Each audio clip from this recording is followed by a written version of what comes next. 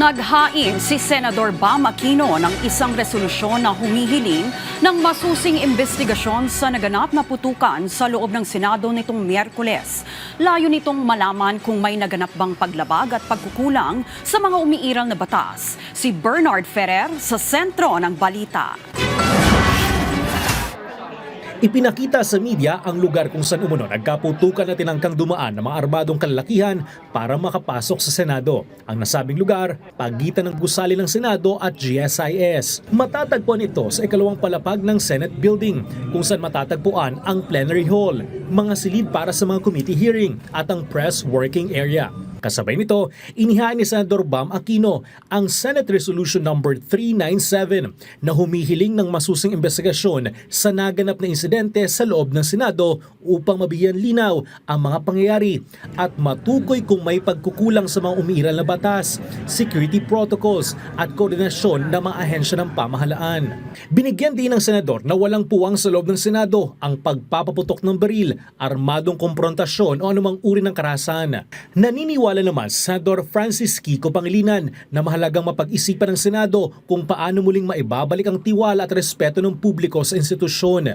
Ayon pa kay Pangilinan, hindi dapat maantala ang serbisyo publiko sa kabila ng insidente at dapat magpatuloy ang paglilingkod sapagkat itong inaasahan ng mamamayan mula sa Senado. Magsasagawa naman ng isang independent joint investigation ang Senado at ang Department of the Interior and Local Government. Isang naaresto kaugnay ng insidente na umunoy driver ng National Bureau of Investigation. Sec John Vic assured me walang whitewash to.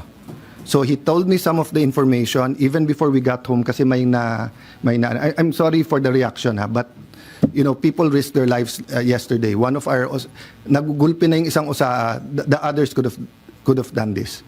What I want to prevent is that, you know, there are certain things in life na may red line yan.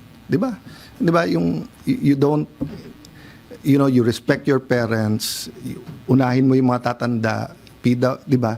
Pero kung yun ay mga normal na kabastusan, di ba? But you don't attack Malacanang. You can march, you can protest. You don't burn down the Supreme Court and you don't attack the Senate in an armed manner. Diba? It was 100% an attack. If it turns out sa investigation na sira ulo lang yon na he lost his mind, then a question ko, how did he get the IDs? How did he get in? How did he get? If it was government, then I'm sure the President will act upon it. Samantala, humiling sa Senador Ronald Bato de la Rosa na ilagay siya sa kustudiya ng Philippine National Police ayon kay Acting Senate Sergeant at Arm Mau Aplasca. Anya, narinig niyang nasabing kahilingan na makipagpulong sa De La Rosa kina PNP Chief Police General Jose Melencio Natates Jr.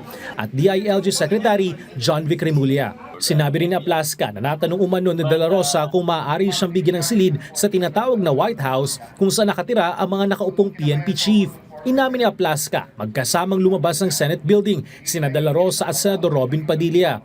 Sumakay rin umano si De La Rosa sa sasakyan ni Padilla palabas ng Senado. Mariing pinasinungalingan naman ni Cayetano ang mga paratang na stage o gawa-gawang naganap na putukan sa loob ng Senado. The Senate is under attack, was under attack. All of you, your lives were in danger last night. I know it's your job to ask a question, but you will tell me pagka may nagpaputok na warning, hindi under attack yun? My God, we're a democracy. This is the Senate of the Philippines. Ayon sa DILG, 27 putok ang nagmula sa security force ng Senado, kumpara sa 5 putok na umunoy nagmula sa panig ng NBI. Bernard Ferrer para sa Pambansang TV sa Bagong Pilipinas.